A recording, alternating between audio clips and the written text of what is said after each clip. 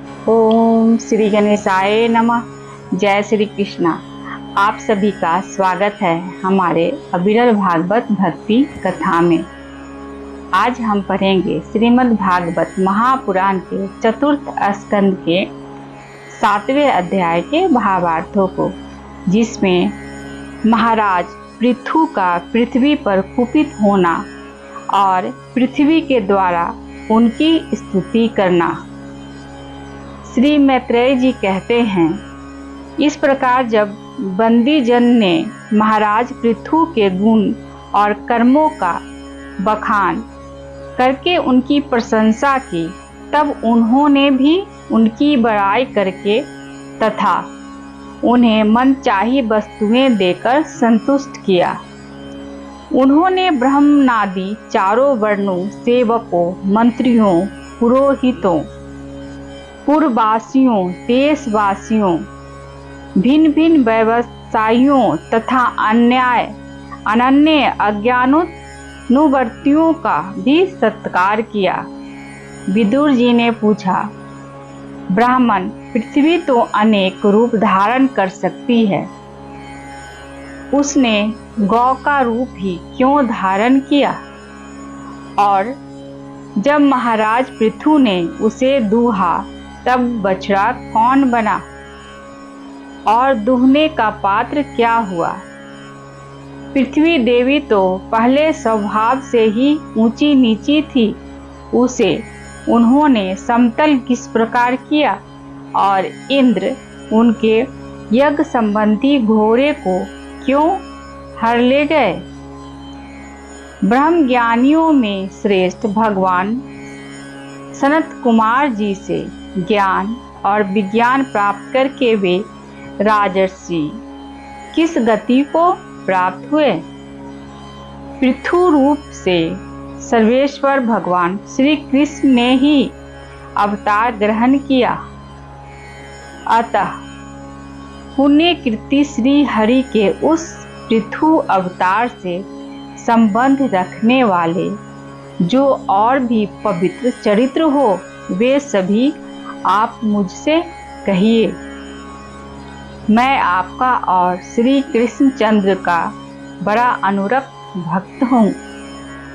श्री सूत जी कहते हैं, जब विदुर जी ने भगवान वासुदेव की कथा कहने के लिए इस प्रकार प्रेरणा की, तब श्री मैत्रेय जी प्रसन्न चित्त से उनकी प्रशंसा करते हुए कहने लगे। श्री मैत्रेय जी ने कहा, विदुर जी, ब्राह्मणों ने महाराज पृथु का राज्याभिषेक करके उन्हें प्रजा का रक्षक उद्घोषित किया। इन दिनों पृथ्वी अन्नहीन हो गई थी, इसलिए भूख के कारण प्रजाजनों के शरीर सूखकर कांटे हो गए थे। उन्होंने अपने स्वामी पृथु के पास आकर कहा, राजन, जिस प्रकार कोटर में सुलगती हुई आग से पेट जल जाता है, उसी प्रकार हम पेट की भीषण ज्वाला से जले जा रहे हैं। आप शरणागतों की रक्षा करने वाले हैं और हमारे अन्नदाता प्रभु बनाए गए हैं, इसलिए हम आपकी शरण में आए हैं। आप समस्त लोकों की रक्षा करने वाले हैं, आप ही हमारी जीविका के भी स्वामी हैं। अतः राजराजेश्वर, आप हम क्षुधा पीड़ितों को शीघ्र ही अन्न देने का प्रबंध कीजिए। ऐसा न हो कि अन्न मिलने से पहले ही हमारा अंत हो जाए। श्री मैत्रेय जी कहते हैं, हे गुरुवर, प्रजा का करुणा क्रनंदन सुनकर महाराज पृथु बहुत देर तक विचार करते रहे। अंत में उन्हें अनाभाव का कारण मालूम हो गया। पृथ्वी ने स्वयं ही अन्न एवं औषधादि को अपने भीतर छिपा लिया है। अपनी बुद्धि से इस बात का निश्चय करके उन्होंने अपना धनुष उठाया और त्रिपुर विनाशक भगवान शंकर के समान अत्यंत क्रोधित होकर पृथ्वी को लक्ष्य बनाकर बाण चढ़ाया। उन्हें शस्त्र उठाए देख पृथ्वी कांप उठी और जिस प्रकार व्याध के पीछा करने पर हरिणी भागती है, उसी प्रकार वह डर कर गौ का रूप धारण करके भागने लगे। यह देखकर महाराज पृथु की आंखें क्रोध से लाल हो गई। वे जहाँ जहाँ पृथ्वी गई वहाँ वहाँ धनुष पर बाण चढ़ाए उसके पीछे लगे हैं। दिशा विदिशा स्वर्ग पृथ्वी और अंतरिक्ष में जहाँ भी वह दौड़ कर जाती वहीं उसे महाराज पृथु हथियार उठाए अपने पीछे दिखाई देते।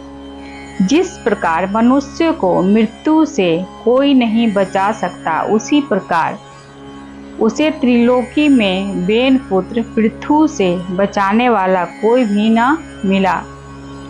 तब वह अत्यंत भयभीत होकर दुखित चित्त से पीछे की ओर लौटी और महाभाग पृथु जी से कहने लगी, धर्म के तत्व को जानने वाले शरणागत वत्सल राजन, आप तो सभी प्राणियों की रक्षा करने में तत्पर हैं।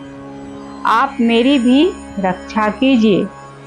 मैं अत्यंत दीन और निरपराध हूँ। आप मुझे क्यों मारना चाहते हैं? इसके सिवा आप तो धर्मज्ञ माने जाते हैं, फिर मुझ स्त्री का वध आप कैसे कर सकेंगे? स्त्रियां कोई अपराध करे तो साधारण जीव भी उन पर हाथ नहीं उठाते, फिर आप जैसे करुणामय और दीन वत्सल तो ऐसा कर ही कैसे सकते हैं? मैं तो एक सुदृढ़ नौका के समान हूँ। सारा जगत मेरे ही आधार पर स्थित है। मुझे तोड़कर आप अपने को और अपनी प्रजा को जल के ऊपर कैसे रखेंगे? महाराज पृथु ने कहा, पृथ्वी तू मेरी आज्ञा का उल्लंघन करने वाली है। तू यज्ञ में देवता रूप से भाग तो लेती है, किंतु उसके बदले में हमें अन्न नहीं देती। इसलिए आज मैं तुझे मार डालूंगा। तू जो प्रतिदिन हरी हरी घास खा जाती है और अपने थन का दूध नहीं देती, ऐसी दुष्टता करने पर तुझे दंड देना अनुचित नहीं कहा जा सकता। तू नासमझ है। तूने पूर्व काल में ब्रह्मा जी के उत्पन्न किए हुए अनादि के बीजों को अपने में लीन कर लिया है और अब मेरी भी परवाह न करके उन्हें अपने गर्भ से निकालती नहीं। अब मैं अपने बाणों से तुझे छिन्न भिन्न कर तेरे मेदे से इन क्षुधा दूर और दीन प्रजाजनों का करुण क्रंदन शांत करूंगा। जो दुष्ट अपना ही पोषण करने वाला तथा अन्य प्राणियों के प्रति निर्दय हो, वह पुरुष स्त्री अथवा नपुंसक कोई भी हो, उसका मारना राजाओं के लिए न मारने के ही समान है। तू बड़ी गर्वीली और मंदोन्मता है। इस समय माया से ही यह गौ का रूप बनाए हुए हैं। मैं बाणों से तेरे टुकड़े टुकड़े करके अपने योग बल से प्रजा को धारण करूंगा। इस समय महाराज पृथु काल की भांति क्रोधमय मूर्ति धारण किए हुए थे। उनके ये शब्द सुनकर धरती कांपने लगी और उसने अत्यंत विनीत भाव से हाथ जोड़कर कहा। पृथ्वी ने कहा, आप साक्षात परम पुरुष हैं तथा अपनी माया से अनेक प्रकार के शरीर धारण कर गुण में जान पड़ते हैं। वास्तव में आत्मानुभव के द्वारा आप अधिभूत अध्यात्म और अधिदेव संबंधी अभिमान और उससे उत्पन्न हुए राग द्वेषादि से सर्वथा रहित हैं। मैं आपको बार बार नमस्कार करती हूँ। आप संपूर्ण जगत के विधाता हैं। अपने ही यह त्रिगुणात्मक सृष्टि रची है और मुझे समस्त जीवों का आश्रय बनाया है। आप सर्वथा स्वतंत्र हैं। प्रभु, जब आप ही अस्त्र शस्त्र लेकर मुझे मारने को तैयार हो गए, तब मैं और किसकी शरण में जाऊं? कल्प के आरंभ में आपने अपने आश्रित रहने वाली अनिर्वचनीय माया से ही इस चराचर जगत की रचना की थी और उस माया के ही द्वारा आप इसका पालन करने के लिए तैयार हुए हैं।